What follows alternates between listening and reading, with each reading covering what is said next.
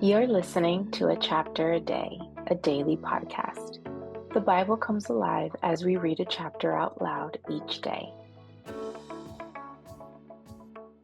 Hello, everybody. It's time for Chapter a Day. Today we're reading Genesis chapter 32. We're continuing our study of Genesis. And so chapter 32 says, Jacob also went on his way, and the angels of God met him. When Jacob saw them, he said, "This is the camp of God." So he named that place Mahanaim. Jacob sent messengers ahead of him to his brother Esau in the land of Seir, the country of Edom. He instructed them, "This is what you are to say to my lord Esau. Your servant Jacob says, I have been staying with Laban and have remained there till now. I have cattle and donkeys, sheep and goats, male and female servants. Now I am sending this message to my lord, that I may find favor in your eyes."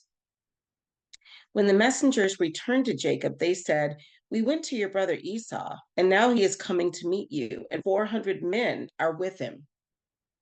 In great fear and distress, Jacob divided the people who were with him into two groups, and the flocks and herds and camels as well.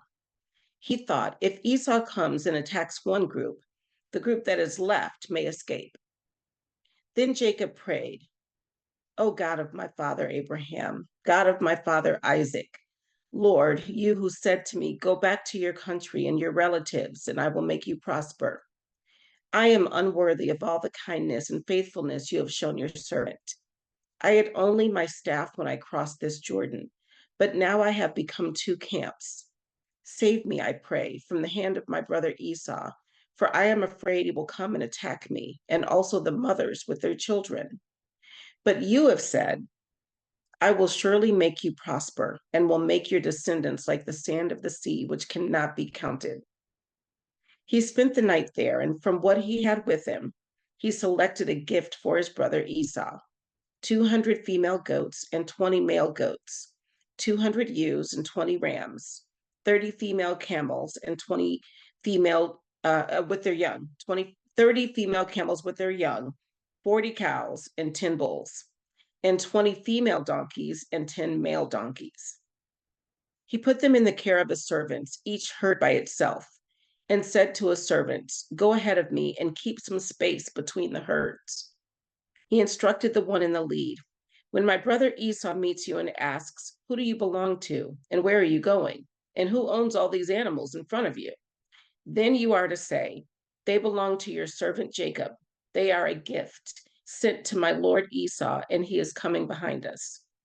He also instructed the second, the third, and all the others who followed the herds, "You are to say the same thing to Esau when you meet him, and be sure to say, 'Your servant Jacob is coming behind us.'" For he thought, "I will pacify him with these gifts I am sending on ahead. Later, when I see him, perhaps he will receive me." So Jacob's gifts went on ahead of him, but he himself spent the night in the camp. That night, Jacob got up and took his two wives, his two female servants, and his 11 sons and crossed the ford of the Jabbok. After he had sent them across the stream, he sent over all his possessions. So Jacob was left alone, and a man wrestled with him till daybreak. When the man saw that he could not overpower him, he touched the socket of Jacob's hip, so that his hip was wrenched as he wrestled with the man. Then the man said, "Let me go, for it is daybreak." But Jacob replied, "I will not let you go unless you bless me." The man asked him, "What is your name?" "Jacob," he answered. Then the man said, "Your name will no longer be Jacob, but Israel, because you have struggled with God and with humans and have overcome." Jacob said, "Please tell me your name." But he replied, "Why do you ask my name?" Then he blessed him there. So Jacob called the place Peniel, saying, "It is because I saw God face to face, and yet my life was spared." The sun rose above him as he passed Peniel, and he was limping because of his hip.